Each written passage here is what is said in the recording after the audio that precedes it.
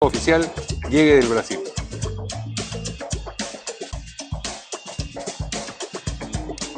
La presidenta de la Comisión de Constitución, Úrsula Letona, se mostró a favor de que el Congreso se elija en segunda vuelta.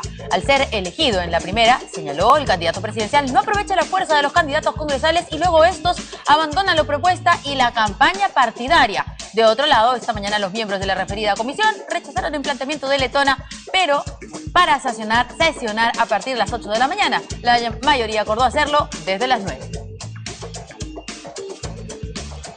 Y a los 10 años del terremoto de Pisco, que dejó 595 muertos, más de 2.000 heridos y miles de viviendas destruidas, muchos de los damnificados siguen sin contar con los servicios básicos de agua y desagüe. Según el alcalde de Pisco, Tomás Andía Crisóstomo, en la reconstrucción se ha avanzado solo hasta el 75 u 80%.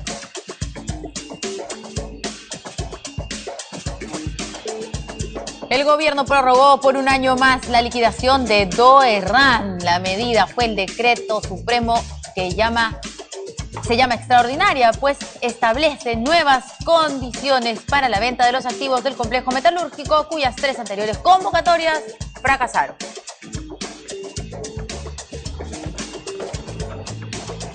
Y para estar actualizado con la noticia, ya sabe usted que tiene que seguirnos en nuestra página web www.canaln.pe.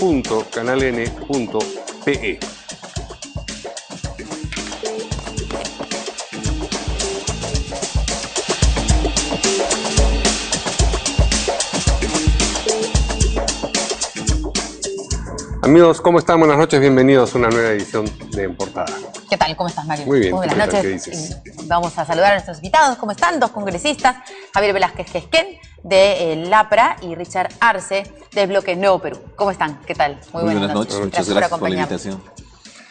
Pues bien, hoy el congresista del Fujimorismo, Héctor Becerril, ha prestado declaraciones acerca sobre esta posibilidad que se ha mencionado de que pase ya la investigación al ex secretario general de su partido, Joaquín Ramírez, de preliminar a preparatoria. Es una investigación, como ustedes saben, por presunto lavado de activos.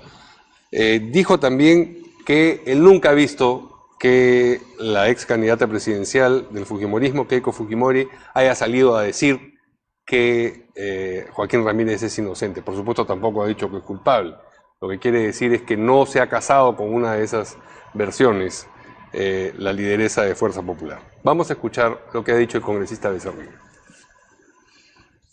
Yo nunca he visto que Keiko Sofía Fujimori salga a defender a Joaquín Ramírez. Nunca he visto que ella salga a decir, ella es inocente. Lo que siempre se ha dicho es que tiene que investigarse, eso es claro, y eso rige para todos los peruanos. ¿Los indicios que va encontrando la Fiscalía en su caso? Yo desconozco, sinceramente, qué es lo que ha encontrado, por qué está pasando de investigación preliminar a preparatoria. Eso, en todo caso, el fiscal tendrá sus razones. Y él, entiendo, con sus abogados sabrán rebatir las acusaciones que pesan sobre él. Usted nos dice desconoce, pero en otros casos usted se ahonda más información, caso Llanta, Nadine, pero en este caso no le preocupa, habiendo sido su partido por un delito tan grave como lavado de activos. Claro que me preocupa, pero hay que entender que... Muy bien, a ver, ¿qué dicen acá nuestros invitados antes de escuchar lo que ha dicho también el fiscal de la Nación? Congresista Arce. Definitivamente está encrispado el ambiente en el Fujimorismo, no solamente por esta denuncia que ya está en la Fiscalía desde hace varios meses, en el caso del señor Ramírez, sino también por la anotación que ha aparecido en la agenda, en el correo del señor Odebrecht, relacionando a un supuesto pago para el financiamiento de la campaña. Respecto al tema de Joaquín Ramírez, hay muchas sospechas porque justamente no tuvo la suficiente capacidad para argumentar de dónde venía el dinero que administraba. Y curiosamente hay el famoso dicho que probablemente haya lavado dinero a través de las empresas que ellos tenían, sobre todo en el rubro combustibles. En los medios de comunicación es que él ha negado ante el Ministerio Público que Keiko Fujimori le hubiera entregado dinero, ¿no? Porque eso es lo que se decía, que Keiko Fujimori tenía dinero de procedencia desconocida y que se la daba al señor Joaquín Ramírez para que luego él volviera a hacer ingresar esa plata, pero él ha dicho eso ante el Ministerio Público, según fuentes de diferentes medios de comunicación, ¿no? La Fiscalía tiene el deber de hacer todas las indagaciones. Keiko Fujimori asistió después de 2 inasistencias a la Fiscalía para poder aclarar esta información. Veremos hasta qué punto es el grado de responsabilidad. Definitivamente es un caso bastante sorprendente donde una persona tiene bastante riqueza de por medio, pero no supo cómo argumentar. Inclusive yo recuerdo y me pareció risible cuando en un momento él expresaba que se le habían perdido los libros contables en el taxi. Una empresa que maneja esa cantidad de dinero no creo que esté cargando todos sus libros contables en un taxi. Qué curioso que se pierda en ese argumento. No tiene mayor sentido y abona más a esta profunda preocupación que existe, sobre todo en la vinculación que existe respecto a la relación que pueda tener con la señora Fujimori. Recordemos bien que fue el secretario general del partido Fuerza Popular, que fue vocero, que era permanentemente representante del fujimorismo y que ahora, según lo que he escuchado de parte del señor Becerril, tratan de negarlo. Y sí, hay un doble rasero en el sentido que cuando se hablaba de otros casos emblemáticos como el tema de Ollantumala, Nadine Heredia, que tiene que seguir su procedimiento, ahí eran bastante verticales en su posición. Pero veo bastante condescendencia en este caso respecto a las versiones que están afirmando tanto el vocero como ahora el señor Becerril. Bueno, yo tengo una posición frente a estos temas. Hay que dejar que la Fiscalía trabaje. Si ha pasado de la investigación preliminar a la preparatoria es porque el fiscal está encontrando que hay elementos para ya construir una imputación sobre este grave delito de lavado de activos. El querer contaminarla por ser adversario político, decir que la hipótesis que el señor le guardaba dinero a la señora Keiko Fujimori, la verdad que está jalado de los pelos. Los que conocemos, yo conozco años al señor Ramírez y está muy vinculado a las universidades, ¿no? Al tema de universidades y lo que va a procurar la investigación del lavado de activos es determinar que ese dinero no tiene fuente legal. Y yo supongo que lo que se tratará de ver que puede haber evasión de impuestos, porque en un determinado momento se le ha querido vincular al tema del narcotráfico a raíz de esta... Bueno, lo ADEA, ¿cierto? De hecho, la salida del señor Ramírez de Fuerza Popular fue precisamente... Sí, pero se insinuó que la DEA lo estaba investigando y hasta ahora no está demostrado que lo esté investigando, y mucho menos a la señora Keiko Fujimori. De tal manera que... No, a Keiko Fujimori no, nadie dijo. En un primer momento salió eso. No, por eso, no, sí. No se dijo que estaba investigando. Sí. No, lo que se dijo es que la DEA no había negado, y ellos, digamos, tienen una particular forma de trabajar, ¿no es cierto? Ellos no habían negado a la hora que se le pidió una información que se tenía, ¿no? Los periodistas ahí en Estados Unidos. Entonces ellos no negaron que sea verdad que ellos estuvieran haciendo este seguimiento. Yo creo que muy bien que en los medios se especule, pero los adversarios políticos no podemos especular, porque al final de cuentas, hasta inclusive con este registro en el teléfono del señor Odebrecht, que ahora lo quieren homologar, es igual que lo de Keiko, lo de Nadine Heredia, cuando todos sabemos que está eso en las agendas, que Marcelo Odebrecht ha dicho que le dio al señor Nadine Heredia, a la señora Nadine Heredia le dio $3 millones, lo ha dicho Marcelo Odebrecht, está en la agenda, está en el cuadro de Excel de la Oficina de Pago de Comisiones. O sea, hay un conjunto de indicios. Pero ahora porque hay una... Igual que nosotros, AG, Alan García, y ahora tienen que responder. Yo creo que hay que actuar con mucha prudencia y en este caso hay que dejar que el fiscal haga su trabajo. Ya está, por lo menos ha pasado una etapa en la que ha encontrado que hay indicios de investigar este hecho delictuoso y hay que dejar que construya la acusación. Y eso tiene un largo camino que recorrer y el señor Joaquín Ramírez tendrá que responder. Yo lo conozco de años anteriores a que fuera... Antes de que sea congresista. No, antes de que sea congresista, claro, lo ¿Cómo conozco. así? Porque él trabaja, era un alto ejecutivo de la Universidad de las Peruanas. Sí. Y él siempre viajaba en el avión cuando yo venía, porque todos los fines de semana voy a Chiclayo. Y lo conozco de años, entonces es un empresario. Ahora, la fuente, el origen del dinero... Y la verdad yo me resisto a pensar que sea dinero de narcotráfico. De repente ya se le investigará, hay un desorden en su contabilidad, qué sé yo, pero yo creo que no puedo aterrizar en una conclusión ya que por el hecho de que ha pasado una investigación preparatoria ya hay responsables. No hay que olvidar que hay cientos de casos en los que las personas que son procesadas y pasan esta etapa de preparatoria terminan absueltos, ¿no? La congresista Úrsula Letona también ha hablado de la investigación a Joaquín Ramírez y ha dicho que no le corresponde a Fuerza Popular, en el sentido, me imagino, de que no toca a Fuerza Popular. Es discutible, pero vamos a escuchar lo que ella ha expresado.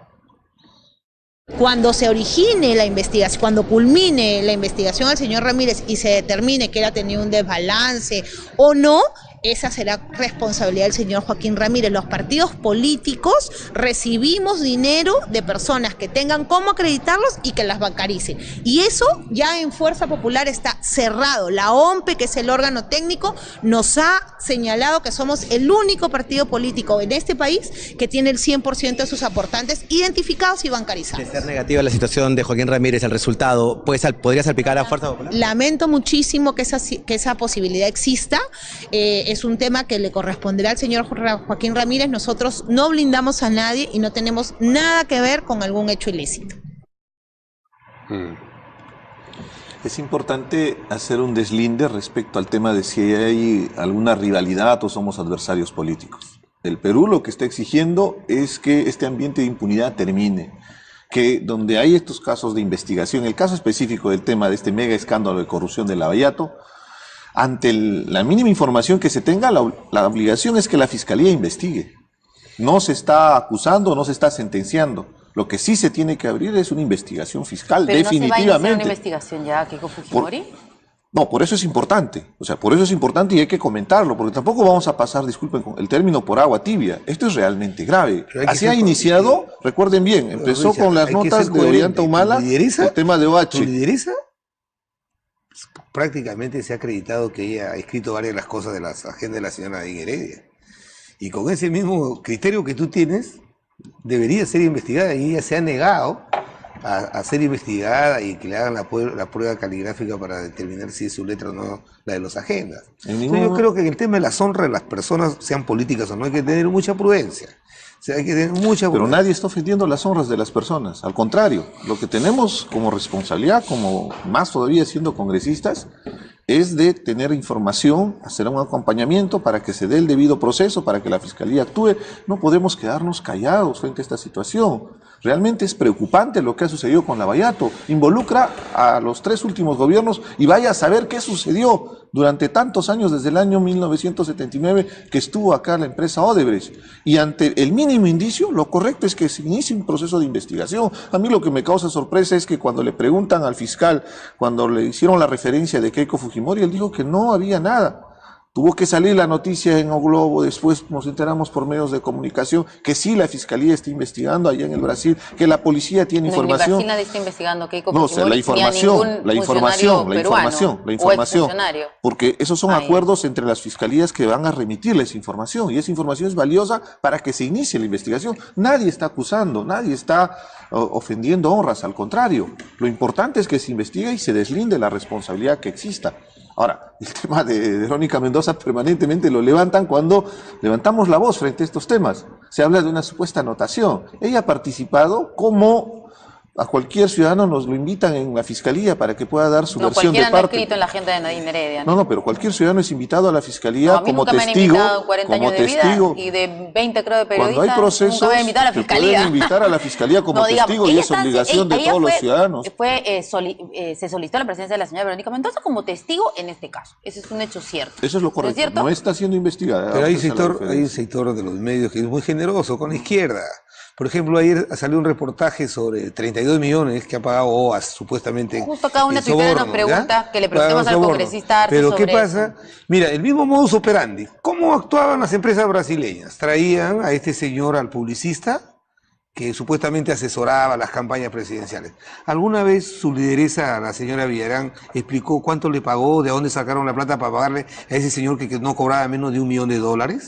Yo recuerdo que los líderes de ese grupo, por eso los de izquierda, compartimos, por supuesto, somos personas de izquierda, y si la señora Susana Villarán tiene que responder ante la justicia si hay alguna acusación. El tema de OAS que salió el fin de semana es realmente grave. Y eso es terrible, porque eso va a tener que involucrar, los peruanos hemos sido testigos de esa campaña millonaria, que pagaron por el referéndum. Inclusive artistas que no lo hicieron gratuitamente. Por la revocatoria, no hubo referéndum. Por la revocatoria. ¿Y dónde está la rendición de cuentas de esos gastos? Tiene la responsabilidad. Nadie sabe hasta ahora quién le pagó a ese señor Fabre. Nadie sabe. Tiene la responsabilidad la señora Susana Villarán de responder.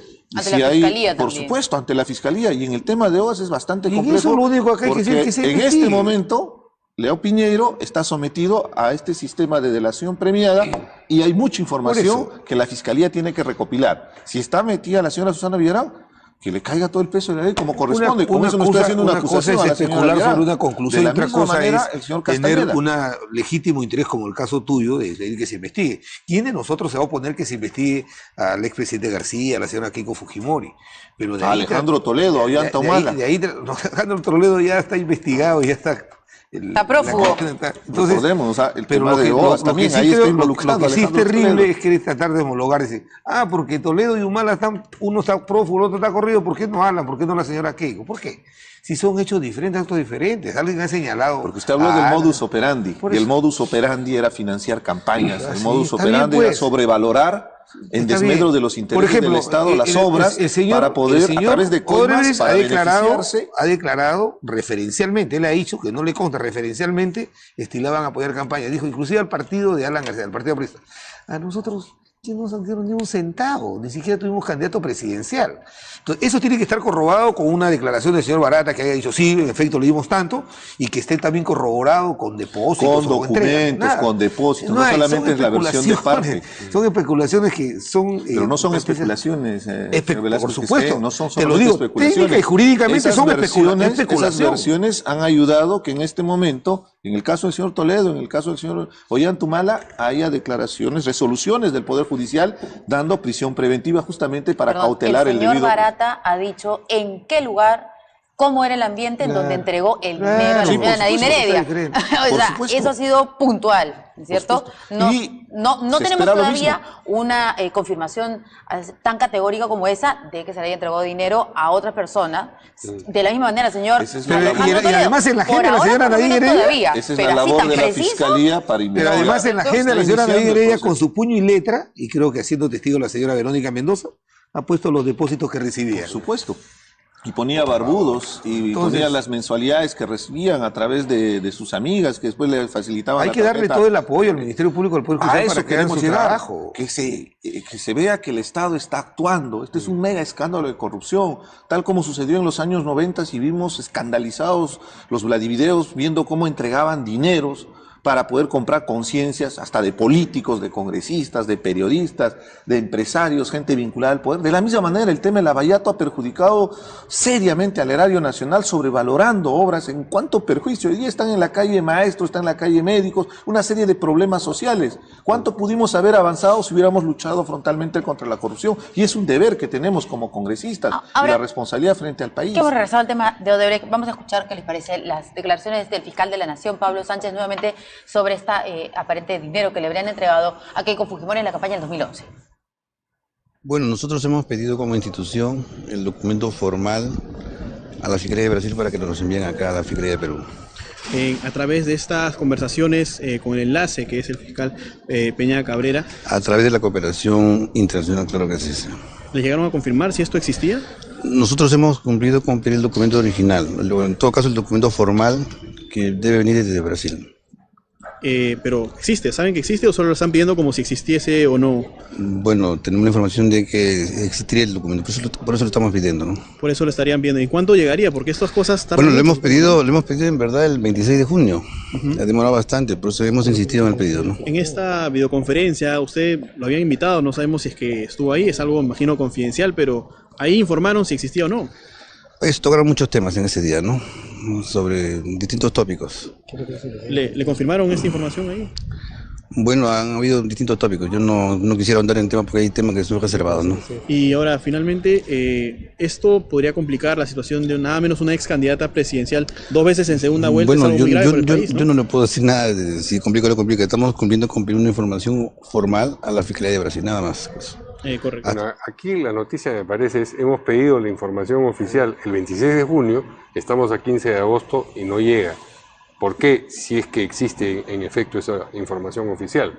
Claro. Eso es lo que debe llamar Y a tiene que preocupación. Ahora, ser también más se activa informó la que hay Oficina de mucha- Cooperación Internacional. Que hay abundante información. Y digamos, ahí en Brasil la prioridad no es Perú. Así es. ¿No es cierto? Nos quejamos de lo mismo cuando estamos hablando sobre el señor Toledo y cómo demoraba, sobre el señor Ollanta y la señora Heredia y cómo demoraba, y ahora pasa lo mismo con la señora Fujimori. Lo que pasa es que nosotros no somos la prioridad y hay mucha información y parece que están ahí lo no que hay que tratando tener de buscar puede los datos demorar, exactos.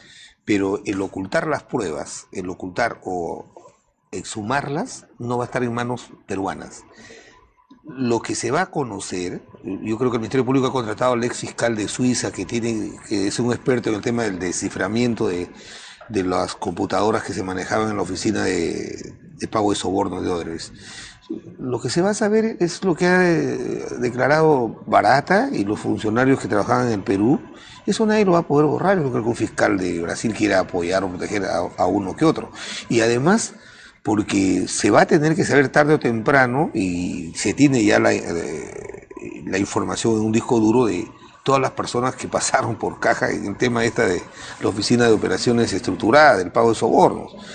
Ahora, los tiempos, pues yo creo que la oficina de cooperación internacional, el doctor Peña debe estar más activo para que esta información venga y acabar con esta insinuación, o si en todo caso es un indicio que se investigue, pero una sola referencia, inclusive yo lo he leído varias veces al señor Odebrecht, y él dice, yo ordené que le dieron, sino él dice, yo dije que si había problemas que le dieran un poco más, y eso no lo decía yo, sino lo hacía Barata. ¿Por qué no se pide la opinión del señor Barata y se disipa esta duda o esta preocupación que puede haber, ¿no? Todos queremos que esto se investigue y se conozca, porque esto alcanza a toda la clase política. O sea, la percepción de los peruanos es que generaliza de que todos los políticos están metidos en bueno, por eso la gran mayoría... Por eso es importante que se aclare, que se dilucide, claro, que la Fiscalía actúe con mucha objetividad y se haga justicia. Claro, pero es importante recibir esa información, porque si no nos pasamos un mes y medio tratando de interpretar el gesto del fiscal, a ver si se descuida y dice, sí, estamos seguros, existe. Eso no va a ocurrir, ¿no? Yo tengo una tesis, como estirar un chicle. Yo tengo una tesis respecto al accionar de sobre todo estas personas que están acogidas a este sistema de delación premiada. Me refiero a este señor Odebrecht, al mismo Leao Piñeiro. ¿Cuál es ese criterio de discrecionalidad que tienen para soltar información donde crean ellos conveniente o no? ¿Cómo ellos administran esa información? Yo sé que es difícil porque eso depende mucho del criterio que tenga y sobre la información que pueda corroborar, porque entiendo bien con eso van a reducir su pena. En el caso del señor Marcelo Odebrecht está sentenciado a 18 años y con estas delaciones premiadas va a lograr que tal vez su pena se reduzca a 3, 4 años. Entonces las informaciones que él está declarando tienen que corroborarse con alguna prueba, alguna cuenta bancaria. Caso contrario, si hay información falsa, se rompe la delación premiada y va a ser sancionado. Entonces, ese criterio de discrecionalidad para soltar la información a mí me preocupa mucho, porque ahí habría mucho interés de parte, no sé, de qué juegos hay detrás, para ver este caso sí sale, este caso no sale. Y respecto a lo que ustedes comentan, el tema de Perú debe ser tan importante como los otros temas de otros países. Estamos viendo lo que ha sucedido en Colombia, acá está sucediendo en Ecuador. Entonces, es una carga bastante grande, es mega corrupción a nivel de Latinoamérica. Para la justicia brasileña la prioridad es los negocios de allá. Y básicamente, el Lavallato, no hay que olvidar que el hecho de mayor connotación es por la utilización de los fondos del supuesto Banco de la Nación que tienen ellos de Bandes, que se utilizaban para hacer obras fuera de Brasil. Y por eso es que se origina esta investigación y que llega a alcanzar a Petrobras. Entonces, la justicia brasileña está más interesada en desmontar ese esquema de corrupción y obviamente nos proporcionan la información en tanto y cuanto puedan ellos entregarla. Y seguramente que Marcelo Odebrecht debe estar ahí midiendo sus declaraciones, pero por lo que va a suceder allá. Porque de repente gana Lula las elecciones. Entonces, imagina cómo cambiarían las cosas allá en Brasil.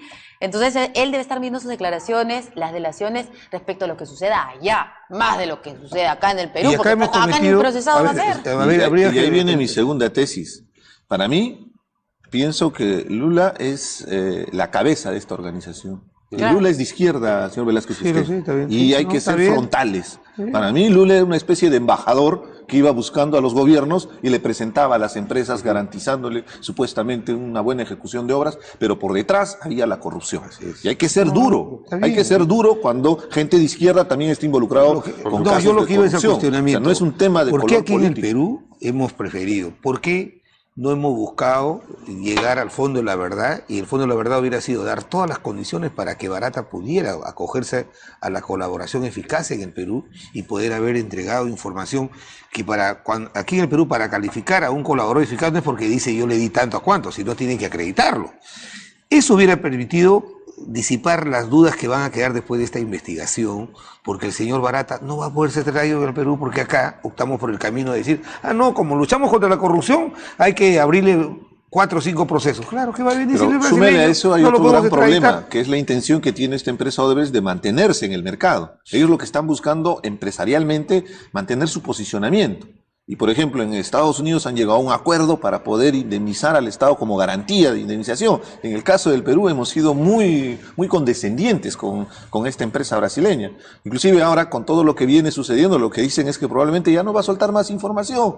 Y eso va en contra de todo este proceso de investigación. Lo que buscamos es que no quede un ambiente de impunidad ante un mega escándalo de corrupción que ha generado tanto perjuicio a nuestro país. No leemos ese ambiente de impunidad que todos compartimos, que no quede un aire demagógico, porque al final de cuentas, ¿por qué Estados Unidos privilegió el pago de la reparación civil y por qué en Brasil también? ¿Por qué en Brasil han privilegiado eso?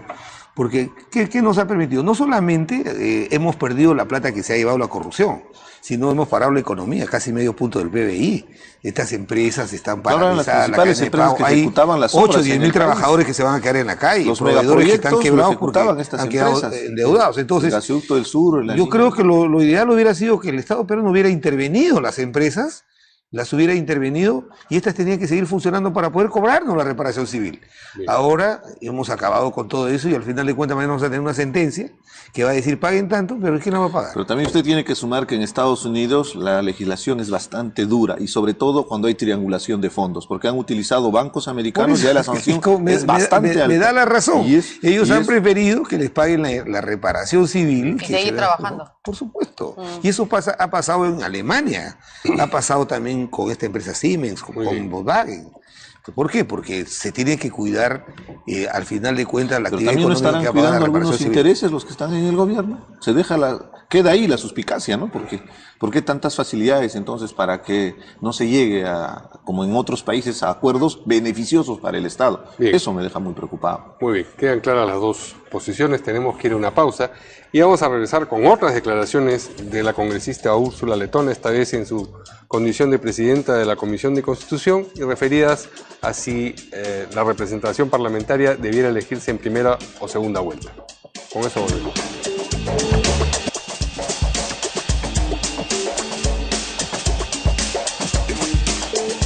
Bueno, la congresista Úrsula Letona, presidenta de la Comisión de Constitución, se mostró a favor de que el Congreso se elija en segunda vuelta. Dice ella, al ser elegido en la primera, el candidato presidencial no aprovecha la fuerza de los candidatos congresales y luego estos abandonan la propuesta y la campaña partidaria. ¿Qué dijo? A ver, exactamente en la entrevista que otorgó. Bueno, la pregunta es, ayer. Dice el periodista, otro tema que se ha planteado es la elección del Congreso en la segunda vuelta o después de la segunda vuelta para dar gobernabilidad al presidente. No, en el grupo de trabajo no lo han planteado, dice ella. Lo escuché en la campaña y personalmente creo que sería mejor. ¿Por qué? Porque al elegirlos juntos en la primera vuelta, el candidato presidencial no aprovecha la fuerza de los candidatos de provincias para armar una propuesta política integral, pues luego de que los candidatos al Congreso son elegidos en la primera vuelta, abandonan la propuesta y la campaña partidaria. En fin, hay varios argumentos ahí, encerrados como si fuera uno solo.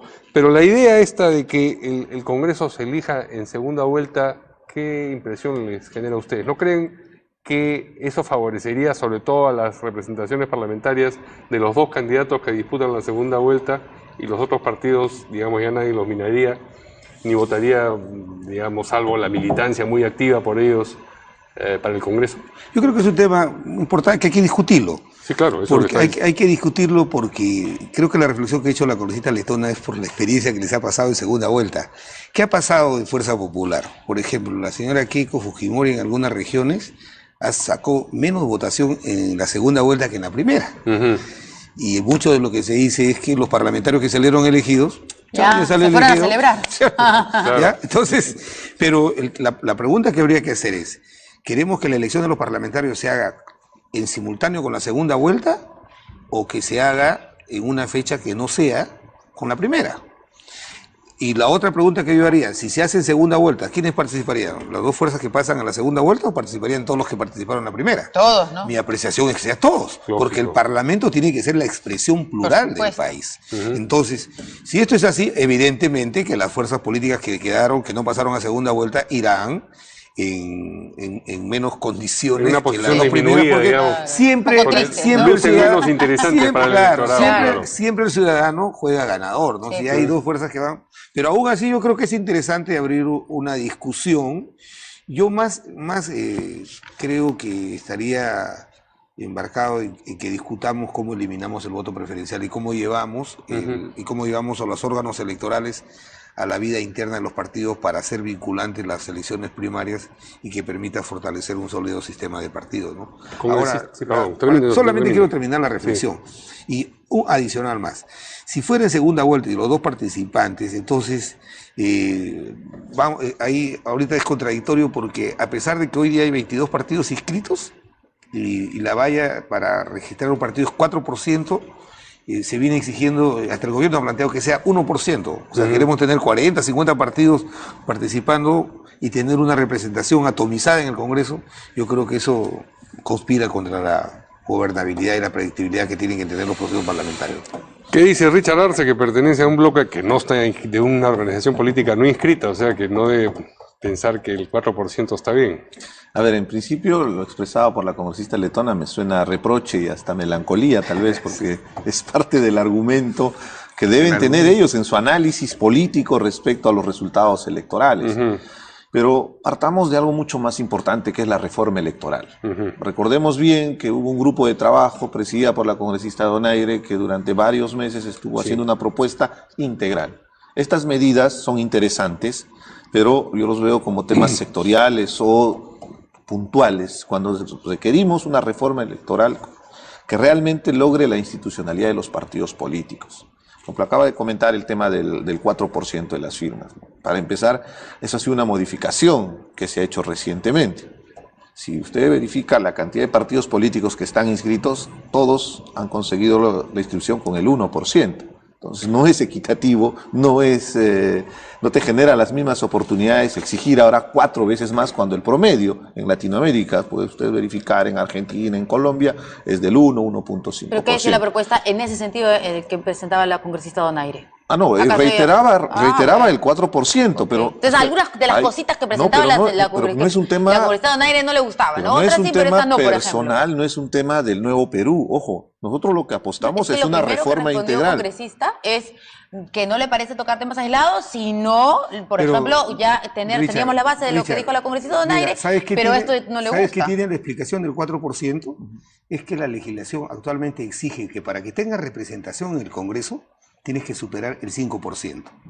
Si tú sacas 1 o 2%, lo único que se está haciendo es atomizar la voluntad del electorado. Pero entonces, con 1 y 2% la legislación es clara, no podrías tener representación en el Congreso. Porque se va a tener 5%, hay que guardar coherencia. Cuando son alianzas, tienen que tener 6, 7%, como fue el caso de ustedes. Claro, si se exige... Que después les bajaron a 5%. Que fueron 3 agrupaciones, ¿no? Claro, y tenían que pasar 7%, pero después hubo una decisión del Jurado Nacional de Elecciones y les bajaron al 5%, y por eso lograron tener una bancada. Se aplicó el criterio de la ley que está vigente al momento que se hay que hacer la reforma electoral integral, y no porque lo esté pidiendo y yo quiero discrepar contigo, porque hoy día se ha generado, la gran discusión es que algunos plantean, como Johnny Lescano, que se haga la reforma electoral integral, o sea, que vean su capricho de él, que una bancadita pequeña acostumbrada a jalar a todos. ¿A quién ha tenido la bancada de Acción Popular y que quiere pasar? El señor Llovera, que tuvimos que expulsar. ¿Por qué? Porque les cortaba los sueldos a los trabajadores. Ese tipo de acopio quiere hacer el señor, tener libertad el señor Lescano para tener una bancada más grande, cuando la legitimidad de una bancada la da el pueblo. Entonces el pueblo ha querido que sean 6 bancadas las que lo represente quinquenio, 6 bancadas tienen que haber. Entonces, la legitimidad lo da el respeto al compromiso que uno asume con la población con un plan de gobierno. Porque pueden haber diferencias. Nuestro caso, el Frente Amplio, fue una alianza electoral porque hay un tema de inconstitucionalidad que no vendría al caso discutirlo. Lo importante es el tema de la reforma electoral integral. Más que la Por reforma ejemplo, electoral, usted habla de la cantidad de firmas. Usted sabe que las firmas se obtienen saliendo a la calle y de repente un lapicero a cambio de una firma. ¿Eso es más importante o es más importante tener la posibilidad de tener militantes inscritos, militantes que estén con vida política partidaria permanente, que existan bases en cada uno de los distritos del país? Ese debería ser uno de los requisitos ese para es el mejor mecanismo para vida partidaria en un solo partido. Sí. En un solo partido. Por supuesto, Porque, ¿qué ejemplo le damos a las nuevas por generaciones? supuesto. La política, algunos están viendo la política como un emprendimiento de negocios más. Hay mucha gente que se ha metido a la política ven la política como una unidad de negocios más. Están equivocados. Y lo que hay que restablecer es la política como un proceso de formación de generaciones que no se logra con partidos sólidos, por supuesto, representativos, y resuelvan los democráticos. problemas del país. Entonces, cuando se quiere sobredimensionar la reforma electoral integral, Es que ¿sabes qué existen plantea? Eso partidos yo participando en ese políticos. grupo. ¿Sabes qué plantea el señor Lescano? De que no haya financiamiento privado para la actividad política. O sea, ve que la democracia es una patología que haya financiamiento privado. Cuando lo que debemos hacer es, si mi hermano que es privado o mi primo me quiere regalar 5.000 soles, que sea lo transparente, bancarice. que sea Y que transparente, transparente. que sea bancarice, Pero dicen, no, que se esa es la sepa quién la demagogia, pues. financió. Esa es la demagogia. ¿Y por qué La motivo? demagogia, es decir, cuando ahora la campaña electoral no se hace de ciudadano a ciudadano, sino a través de los medios de comunicación, y eso cuesta. Mira las cosas que hay ahora. Los spots publicitarios cuestan más que lo que vale un spot comercial. O sea, una empresa que vende gaseosas contrata un spot de la televisión y a él le cuesta más barato que el spot político. ¿Por qué? Porque los benditos señores de la OMPE han hecho un convenio estableciendo condiciones que son superiores a los comerciales. ¿Por qué no dejar en libertad que si el mercado funciona, en el mercado funcionan los precios, ¿por qué no dejar que cada partido pueda, de acuerdo a los spots que coloca, pueda obtener un contrato precio por favorable? cantidad, dice usted. Por supuesto. Entonces, No, pero hay una serie de intervenciones. Acaba de abordar usted una arista del problema. Otra arista. ¿Cuántos partidos políticos existen con inscripción, con acreditación en el Jurado Nacional de Elecciones y que no tienen vida política? Que en cada campaña son una especie de vientre de alquiler para que aparezca alguna oportunidad. Entonces, y se negocia. Son unos vientres. Partidos cascarón. Claro, así Por se le llama. supuesto, esa es otra profunda debilidad de nuestra democracia que tenemos que regular. Y algo muy curioso, miden en la campaña, ven que su aceptación está baja y simplemente ¿qué hacen? Se retiran una semana, 2 semanas antes para no perder la inscripción. Para no perder la inscripción. Ahora, pero Como por ejemplo el Partido Humanista, ¿ustedes descartan que vayan a ir con el Partido Humanista a las próximas elecciones? Que tiene todo el aspecto, que tiene se todo el pretendió en la anterior elección. No, yo le pregunto por la futura. Del Frente Amplio. En este momento no tenemos ningún diálogo, no tenemos. No, pero ninguna digamos, si posibilidad. fuese tan tajante la consideración que usted ha hecho, me diría, no hemos ido ni vamos a ir con un partido de esas características. Porque un partido que se retiró de las elecciones precisamente para preservar su inscripción y poder funcionar como el cascarón del que estamos hablando, no debería ser el que los acoja a ustedes, que están tan convencidos de que... Definitivamente, nosotros estamos abocados a juntar firmas, solo que exponemos que es inequitativo, porque eso no lo lograron los demás partidos que están inscritos en este momento. Recuerden bien que hay una pretensión inclusive que está, y lo manifestó el congresista Mulder, diciendo que tengamos 3 años de vida política ya inscritos. Eso nos limitaría abiertamente para no participar el 2021. No solamente nosotros, otras organizaciones que están en esa gran tarea de juntar 750.000 firmas, cuando todos los partidos se inscribieron con 150.000 en promedio. Emprendimientos empresariales, que 4 o 5 se juntan de un día para otro. Y hoy día las grandes fuentes de formación de partidos son las universidades, que no pagan impuestos. Tú ves ahora todos los universidades están oficiando partidos políticos. ¿Por qué? ¿Porque son generosos? ¿Porque quieren salvar a los pobres de los políticos? No, porque ven la política como un negocio más. A eso hay que enfrentar. Para mantener el status quo, para tener la educación mercantilizada. Entonces, justamente para ese tipo de utilización. O porque ya no saben qué gastar la plata, porque tienen clubes de fútbol también. Pero si tuviera... Mira, si yo me pusiera a contar de todos estos emprendimientos, cuando han ganado municipios, regiones, los negocios de las empresas constructoras lo han denunciado los medios de comunicación. Gente vinculada a estos Por eso empresarios. es importante institucionalizar los partidos políticos. Es por mucho eso más válido. Tiene lógica lo que ha planteado Mauricio. ¿Cómo ¿Cómo puede haber una representación en el Congreso donde los parlamentarios de un grupo se conocen el día que van a juramentar? A ver. Recién se conocen. Bueno, es lo que también está planteando el congresista. Y por eso Pero además hay algo como una muy diáspora importante, que haya terminan una enfrentados. militancia, Por supuesto, ¿no es que haya cierto? militancia en los distritos, que existan las secretarías, que participen activamente. Entonces si tú quieren me das un la congreso razón, por eso es anual. importante, más siendo importante la reforma electoral, también es importante la reforma política, discutir si el país necesita mantener el sistema unicameral o un bicameral, si necesita, por ejemplo, que el voto sea voluntario, desaparecer el voto preferencial, establecer la garantía de la democracia interna en los partidos, garantizando que los órganos electorales puedan llevar adelante los procesos, no supervisarlos, sino llevar adelante, y además hacer algo para acabar con estos partidos cascarones, partidos membresía que se cotizan en el mercado electoral. Hacer las elecciones primarias un solo día para todos los partidos. Para que veas que vas a ver. Por la OMP, por supuesto. Un solo día que todos los partidos hagan sus elecciones, a ver cuántos van a abrir sus puertas para llevar a cabo la elección. Eso Pero nos ayudaría a desviamos fortalecer la un poquito del institucionalidad tema del partido. y no nos contestó el congresista Arce sobre esta propuesta de la congresista Úrsula Letona. ¿Usted también cree que deberían ser elegidos los congresistas en la segunda vuelta y no en la primera? Tiene sus pros y sus contras. Por ejemplo, Fuerza Popular en este momento, en estas elecciones, tuvo 73 congresistas, básicamente por la cifra repartidora, pero también hay que reconocer el arrastre. Muchos de los congresistas, y con todo respeto lo digo, en sus regiones no tenían mayor representación. Fue el voto en línea que se hace que ayudó que en este momento se tenga la representación. Y otros congresistas, candidatos, perdón, al Congreso, que han obtenido mucha votación, no han logrado la representación. Entonces ahí también hay un tema de imperfección. Ahora, en una segunda vuelta, como usted lo ha expresado, limitaría solamente a los dos partidos. Y la idea es que todas las organizaciones políticas que tienen su inscripción, que acreditan sus candidatos, tengan la posibilidad de participar. Yo estaría más de acuerdo con la posibilidad de tener una elección congresal independiente de la elección presidencial, como En otra sucede fecha. en muchos Sí, lugares claro, del en mundo. otra fecha. Eso y la renovación por tercios, que sí lo plantea la reforma electoral, porque También. es importante renovar el Congreso de la República, sobre todo cuando se cambia de posición que se ha asumido como compromiso de campaña, cuando hay un cambio en el plan de gobierno, por Muy ejemplo. bien.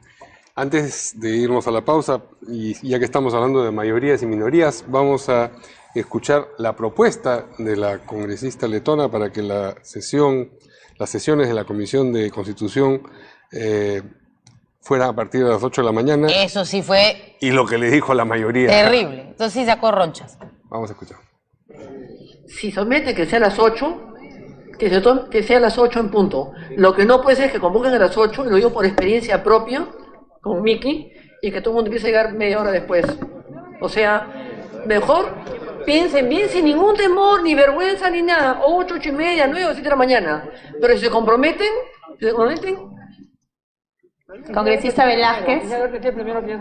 Presidenta, lo digo modestamente por experiencia, no va a funcionar, porque vamos a citar las 8 y lo que establece el reglamento son 15 minutos de corte y no va a poder usted levantar la sesión, pero va a tener que esperar. Pues quienes estén a favor de las 8, levanten la mano, por favor.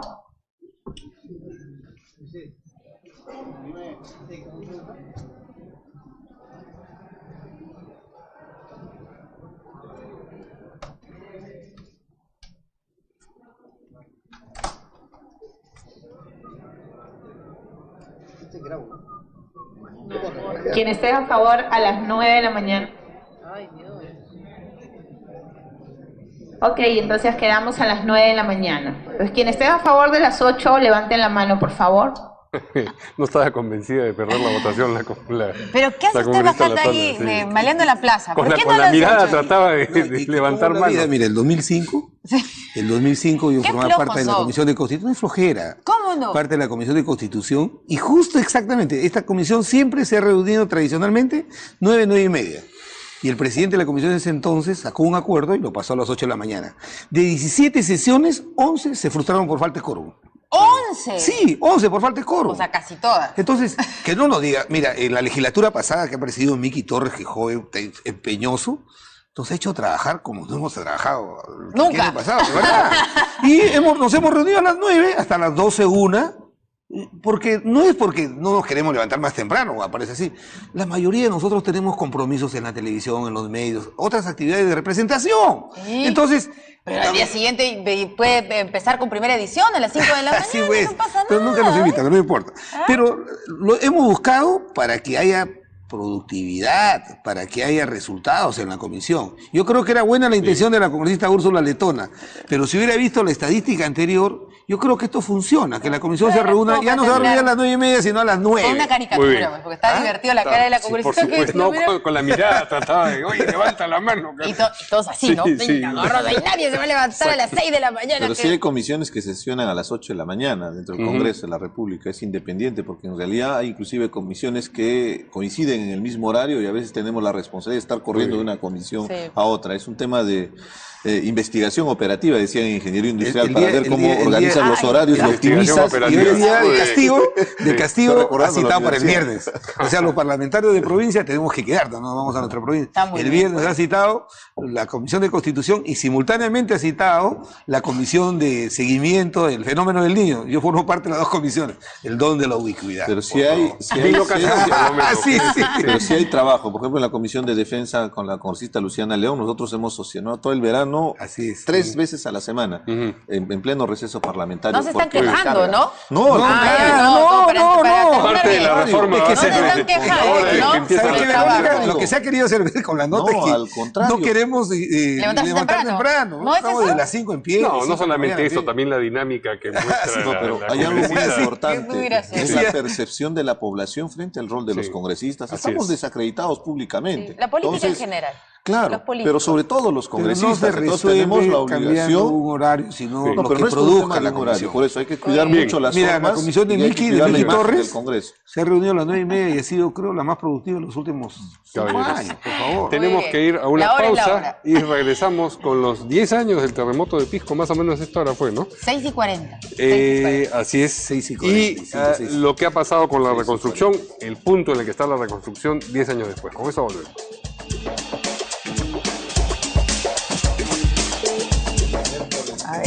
Antes de seguir, perdón, acá el congresista Alberto de Belaunde está cantando Soy yo, así como la canción, porque él dice que la propuesta de las elecciones congresales en segunda vuelta él es el soy yo. Yo lo descubrí. Así es.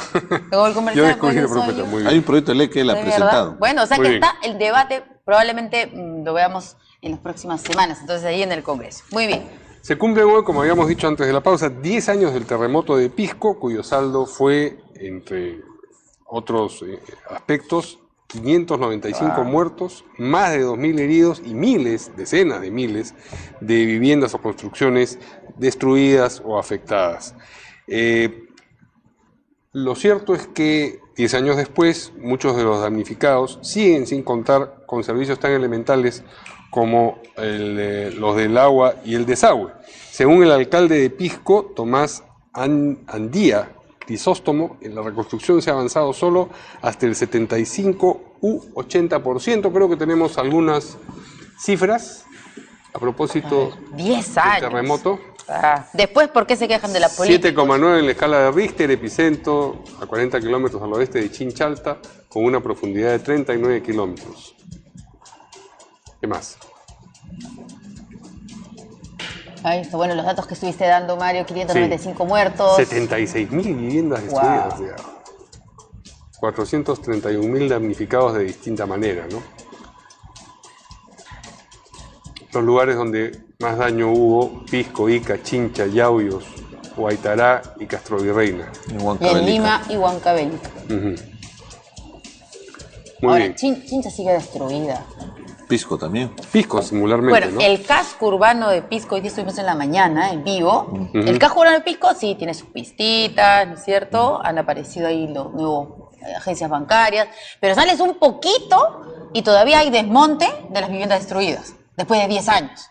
Entonces, no se pregunten por qué hay desprestigio de la política, no es solamente contra los congresistas, con la política en general, porque la gente sale y ve el desmonte de hace 10 años, entre otras cosas, ¿no?, que sucede en nuestro país. A ver, reflexiones del congresista Velázquez Candelabro, que era gobierno en el momento. Es lo siguiente. A ver. La Organización Mundial de la Salud, que no es una ONG, reconoció la forma como nuestro gobierno enfrentó la emergencia.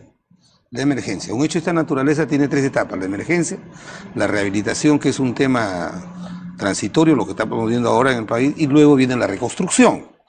Eso tiene un tiempo. nosotros inmediatamente actuamos, inclusive yo recuerdo el presidente García patinó primero el presidente García. Por la información. Pero tenía patinó lo siguiente. Primero, dijo que no pasaba nada y la gente, y lo que pasa es que no había comunicaciones. Sí, no había comunicación. No sabía lo que había sucedido, la gente se estaba muriendo en Pisco.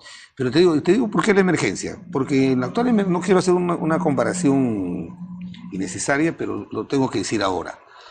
En nuestro gobierno, cuando enfrentamos la emergencia, no hubo Zika, no hubo el dengue, como si hubo en la emergencia del norte. Entonces, luego nos encontramos con dificultades. O sea, usted está diciendo que espérate. por eso fue mejor. No estoy diciendo que es mejor, estoy diciendo una evaluación. ¿Cuáles fueron los errores que se tuvo? Primero, enviar un proyecto al Congreso para crear una autoridad que enfrentara la reconstrucción. El famoso Forsur. Se mandó, la propuesta era de que fuera una persona encargada de la responsabilidad y el Congreso democratizó entonces puso a los gobernadores regionales, a los alcaldes, se creó una asamblea innecesaria. Es empantanar todo. Segundo, es que cuando pasan este tipo de hechos, por ejemplo en el tema del terremoto, nos encontramos que en cada unidad territorial, en cada predio, habían 4 o 5 familias, y al momento de querer titular, se encontraba este conflicto. Ahora, nosotros hicimos lo que tuvimos que hacer en los 3 años, pero como bien dices, han pasado 10 años. ¿Qué dejamos nosotros? Dejamos el hospital de Pisco, y dejamos un hospital de salud, 5 colegios emblemáticos, obras de agua y desagüe en marcha. Pero repito, yo creo que si hay algo que hay que juzgar, fue el asambleísmo que nos generó el Congreso de ese entonces por querer actuar democráticamente.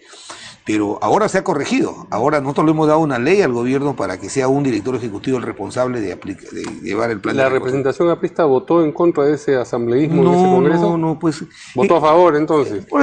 Mira, ¿cómo se manejan los tiempos en el Parlamento? En el Parlamento, cuando se para un parlamentario de Ica y dice, no, ¿por qué va desde Lima, el centralismo limeño, que tienen que estar... Ya no hay manera de votar en contra de eso, dice usted. Te vas a una discusión bizantina, entonces ya, háganlo. Pero aún así, como te digo, han pasado 10 años y el señor Humala no dijo que él iba a corregir el déficit. Una de las primeras visitas que hizo al interior del país fue ahí a Pisco. Y destacó las Fuerzas Armadas. Sí, claro. Está en la evaluación, porque ahora han pasado 10 años.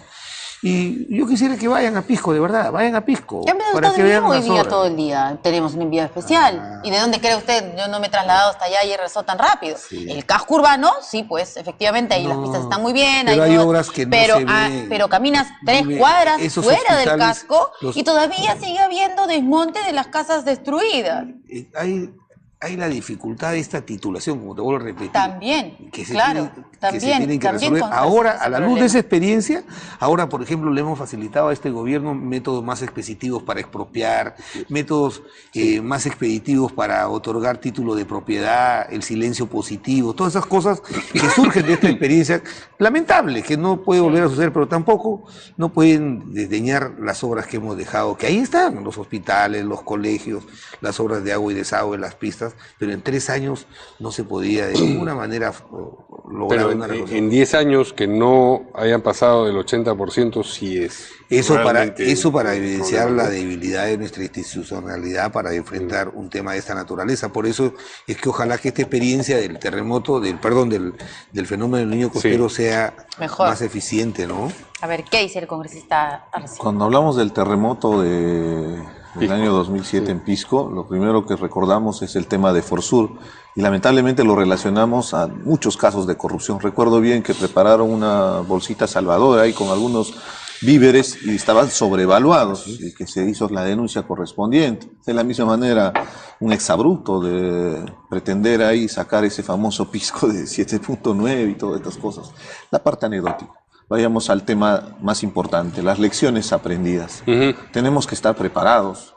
Ahora que he regresado a Lima, yo estudié aquí en Lima, en mi época universitaria, y regreso a Lima después de muchos años, vuelvo a ver el centro de Lima, vuelvo a ver la zona de Barrios Altos, sigue siendo tuburizado. En un terremoto de esa naturaleza no va a haber 590 muertos como en Arequipa, va a haber muchos más muertos. Y de la misma manera. Un terremoto como el del 40, como el del 74 en Lima, sería terrible. Fueron devastadores que hay en en los cerros, o sea, ahí no estamos previendo. Entonces, nuestra cultura de previsión debería ser el eje de desarrollo para prevenir este tipo de problemas. Aprendamos de estas lecciones para que podamos evitar estas circunstancias. Lamentablemente somos una zona con alta incidencia sísmica. Estuvimos en Arequipa viendo el tema del Tribunal Constitucional y ese día hubo un temblor y se está viniendo con frecuencia y haciendo más o menos periodicidad. Puede haber un terremoto, esperemos que no. Entonces hay que prevenir, para eso hay que destinar los recursos, hay que organizarnos tanto desde el Ejecutivo como el Congreso para poder atender y sobre todo enseñar a la población. Hay que educar a la población. El sistema de comunicación, recordemos bien, ese día nos dimos cuenta que el sistema de comunicación era gravísimo porque no podíamos comunicarnos para poder saber cuál es la situación de nuestros familiares. Colapsaron estos sistemas. Y de la misma manera, el tema de provisión de servicios.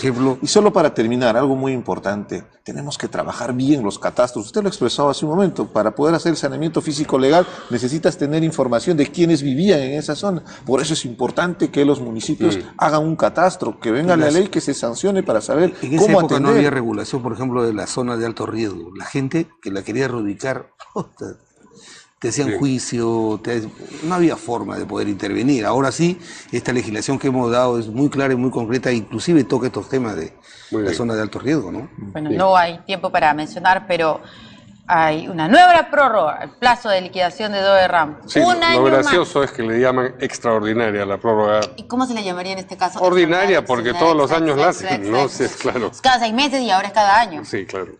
En realidad lo extraordinario es un... El Perú necesita una refinería. El Perú necesita una refinería y ojalá, quiero decir para terminar, ojalá que podamos vender la fábrica y la mina, la fábrica y la mina, porque el Perú necesita una refinería. Juntas ya vimos que no quieren, pues no, nadie. pero ahora lo que se está bajando son estos famosos estándares que respondían a países desarrollados y me alegro que hoy día se hayan flexibilizado y creo que con esto hay la posibilidad de que aparezcan postores, ¿no? Tenemos que ir. Muchas gracias. Gracias. Nos vemos mañana en Portada, pero ahora se quedan con Valery Vázquez Velasco, que ya está por iniciar primero a las 8. ¿Qué tal?